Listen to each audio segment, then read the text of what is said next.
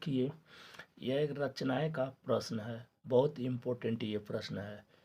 इस प्रकार के दो प्रश्न एनसीईआरटी किताब से उठाए हैं और इन दोनों में से एक प्रश्न सन 2023 में इस बोर्ड एग्जाम में पूछा जाएगा। तो ये दोनों प्रश्न बहुत इम्पोर्टेंट है और बहुत आसान भाषा में इसको हम समझा रहे हैं।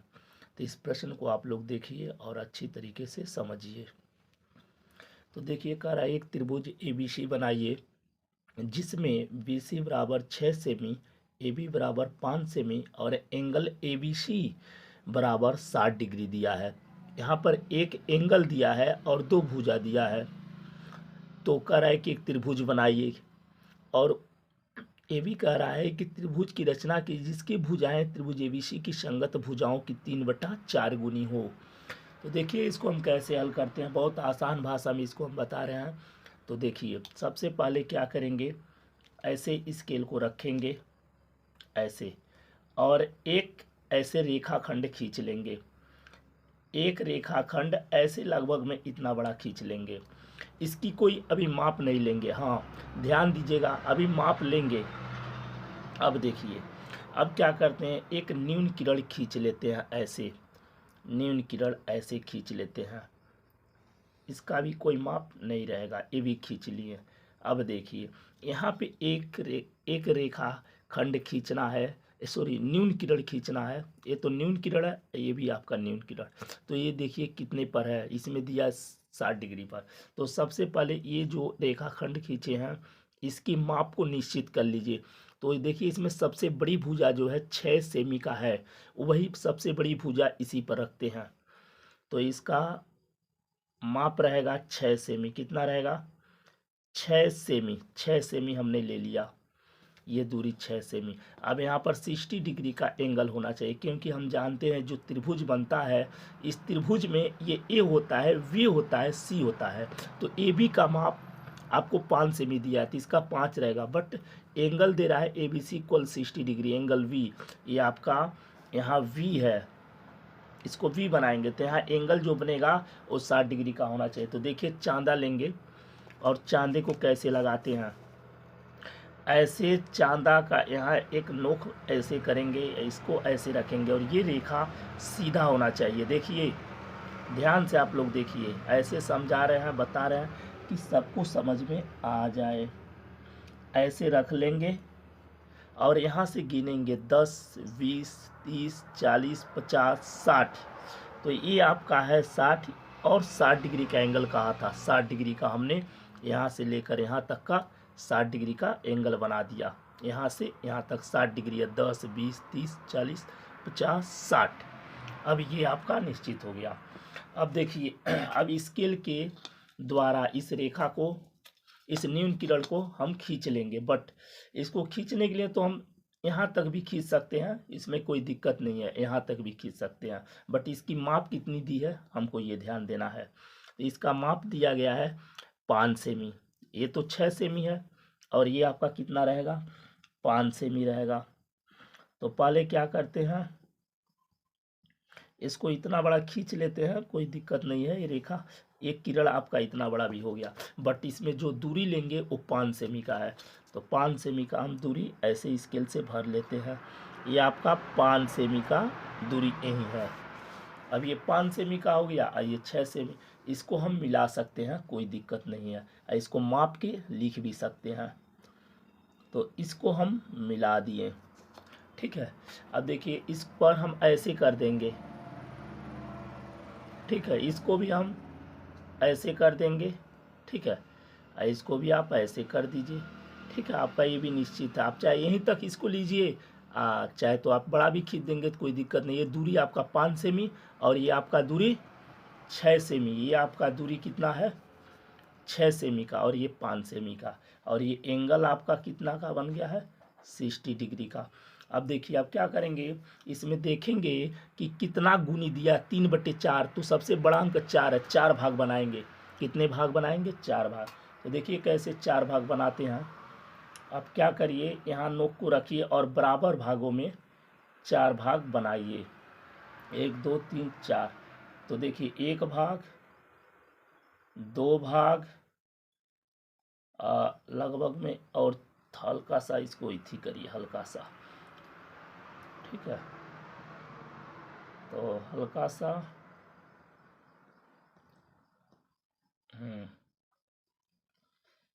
तो 1/2, 2/2, हाँ देखिए ऐसे यहाँ आ जाएगा 3/2 और फिर यहाँ से 4/2। अब यही दूरी इस पे भी काट दीजिए, यही दूरी इस पे भी कटेगा, यही चाप, यहाँ से 1/2, 2/2, 3/2, 4/2 और उसके बाद यहाँ भी एक चाप इतना पर लगा दीजिए, ठीक है। समझ में आ गया होगा आप लोग को। इसमें देखिए सबसे बड़ा अंक है जो गुना में बटन दिया रहे, जो सबसे बड़ा अंक है उतना खाना आपको, उतना चाप काटना है। अब उसके बाद क्या करेंगे, 3/4 दिया है तो गिनेंगे 1 2 3 और इसको मिला देंगे, ये आप जो काटे हैं इसको मिला देंगे और एक इसको लास्ट वाला मिला देंगे, ठीक है। और ये इसको भी मिला देंगे।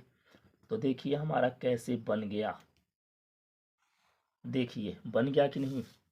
अब हमारा ये, इसको ए मान लेंगे, ये बी होगा, ये सी होगा।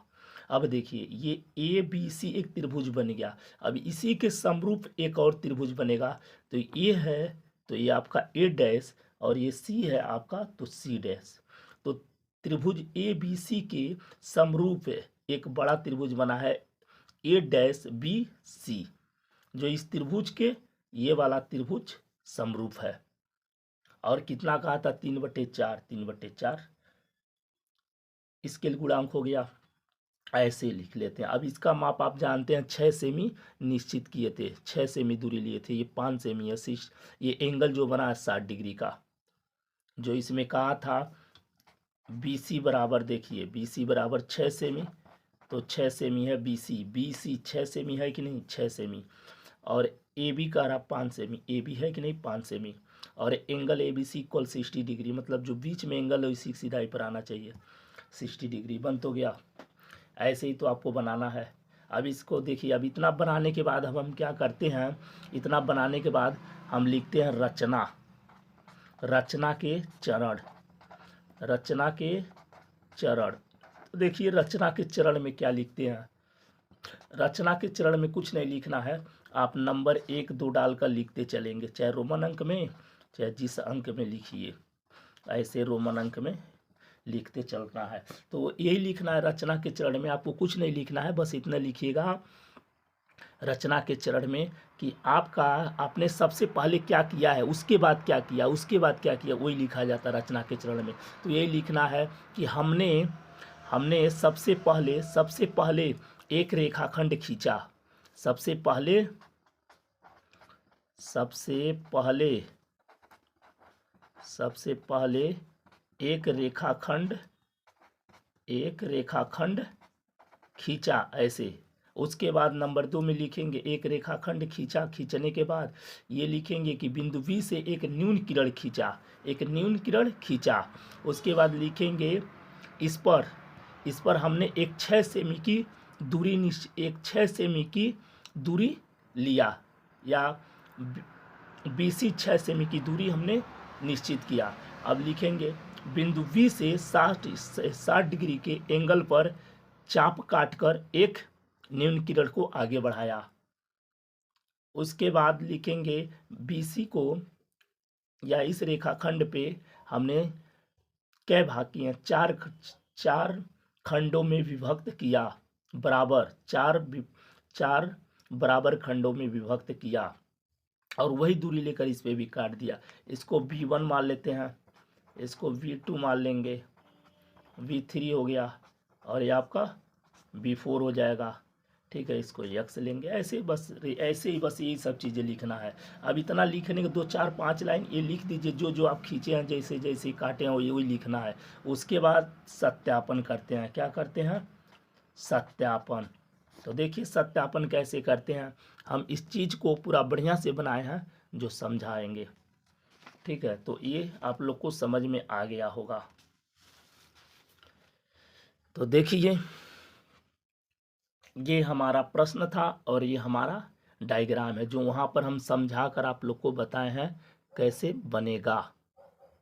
ठीक है, तो इसको देखिए। तो देखिए रचना के चरण आपको बस जो आप बनाए हैं जैसे बनाए हैं वही बातें लिखना है, 2 4 5 लाइन लिख देना है। 1 number, 2 number, 3 number, 4 number, 5 number, 6 number ऐसे लिख देना है। उसके बाद सत्यापन करना है। तो देखिए सत्यापन कैसे होता है। सत्यापन में क्या करेंगे, सत्यापन में देखिए पहले BC/CC डैश, मतलब यहाँ ध्यान से देखिए ये आपका BC इतना क्या है, BC और BC/ इतना, इसको करके दिखा दे रहा है। देखिए इसको हम करके दिखा दे रहे हैं कैसे इसको करेंगे। तो देखिए ये दूरी हमको लेना है, क्या करेंगे, BC/CC डैश इक्वल 3/1 मान लेंगे, मतलब ये BC है, ऐसे ही समझिए आप। ठीक है, ये BC आपका ये है और CC डैश ये है। तो ये BC में 3 भाग हैं, 1 2 3 भाग, तो 3, और CC डैश में इतने में 1 भाग है तो 1 भाग। अब देखिए हम लिखेंगे उसके बाद सत्यापन में BC डैश, B और ये C डैश, मतलब टोटल दूरी ले लेंगे और नीचे ये छोटा दूरी। अब देखिए इतना लिखने के बाद ये BC आपका टोटल है तो इतना प्लस इतना होगा कि नहीं, ये BC है इसके बराबर इतना प्लस इतना होगा कि नहीं, इस टोटल के बराबर, और नीचे सेम है। उसके बाद ये इसके भी बटा में इसके भी बटा में, देखिए इसके बटा कर सकते हैं कि नहीं, दोनों के बटे में, ये आपका कैंसिल हो गया, 1 प्लस इतना। अब देखिए इसका मान देख लीजिए, CC डैश का मान 1 है, इसके सामने 1, ये वाला तो 1 ही है, और इसका मान 3 है, यहाँ 3 है, 3 कम 3 और 1 जोड़ेंगे 4/3 आ गया, अर्थात आपका स्केल गुणांक देखिए एकदम राइट आ गया, 3/4, ये वेरीफाई सत्यापन हो गया। तो ऐसे ही सवाल को हल करना है और समझना है। तो इसका डायग्राम हम बनाकर समझाएं, उसमें आप लोग उसको बढ़िया से 1 से 2 बार देखिए और समझिए।